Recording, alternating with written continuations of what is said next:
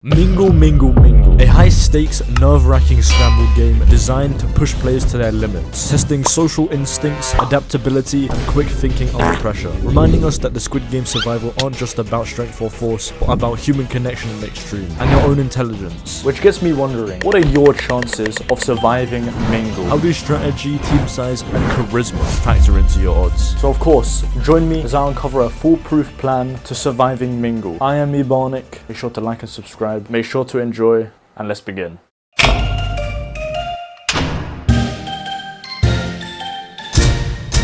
In order to figure out the odds of the survival games of Mingle, we have to understand the premise of the games themselves. So let me explain. The way Mingle works is by having all the contestants stand on a massive, slowly spinning platform, spinning and spinning until it stops. And then you hear a voice telling you to get into groups of however many people. You get 30 seconds to find a group of that number and to get into a room. Now if you don't get into a room, or just don't have enough people in that room, well... Not only can this be a psychological nightmare, as there are some friends that you have to leave to die, and the awkwardness when they return, but having to find a large group can spread chaos, especially with the flashing purple lights and constant screaming. What a horror of a game. Now using these rules, I believe there are many different strategies in which I'll explain and at the end rank which I believe to be the best. So let's start with strategy number 1, exploring human psychology. Now this strategy can work different per person. If you are Minsu levels of useless, you're probably not going to get far using this. But if you're like flipping Aizen, then you have unlocked yourself a one-way ticket to getting yourself to the next game. Now if you're wondering how to become a persuasive, charismatic god, then you have come to the right place because you're looking right at him, son. We take the special train. Tough crowd.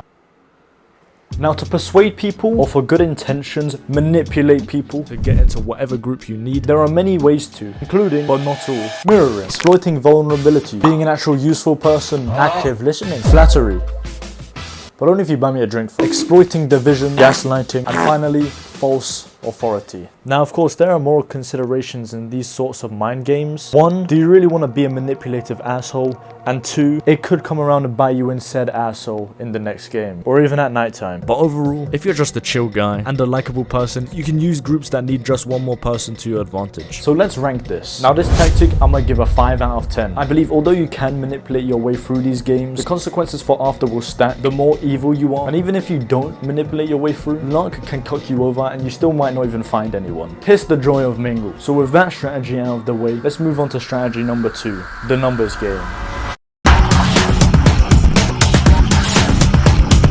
The numbers game strategy is a strategy that is kind of dependent on whether or not you have an established group or not. However, since the game before puts you in groups, you're more likely to have kept said group. The numbers game strategy consists of many different strategies within the game itself. But a key component of this game is having a group size which, no matter what number is chosen, splitting off will almost instantly guarantee you have enough people and no one will be left behind. Let me explain. Say you're in a group of 20 and the game says 5 or 10 or maybe even 2. You can so easily split that group of 20 into 5 groups of 4 or 10 groups of 2, etc, etc. Now 20 people is obviously extreme. However, the question is, what would be the best group size to ensure victory in this game? So I believe, although unrealistic, the most optimal number would be 12. Since say you need 5, do 4 teams of 4 and get everyone to find 1 each. And any even number, unless larger than 6, bosh, you're done. But this isn't realistic, because how will you control a team of 20 people? You won't, especially with what's at stake. So my new proposition would be a team of 6. Of course there will be complications, but now that you have a team, there are more things that we can do to increase our odds. Your weird uncle's favorite thing to do in his free time?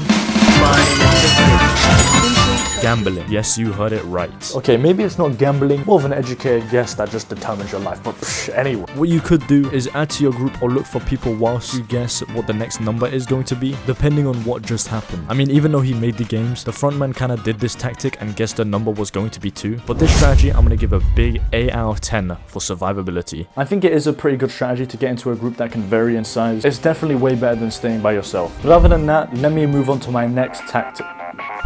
I see I've actually run out of time for today. But if you guys want to hear me talk about how you can use the chaos created in these games to your advantage, please make sure to like and subscribe, and even give a comment about whatever to give the algorithm a little nudge. Oh yeah, epilepsy one. But other than that, I've got places to be. I'm Ebonic and I thank you for watching.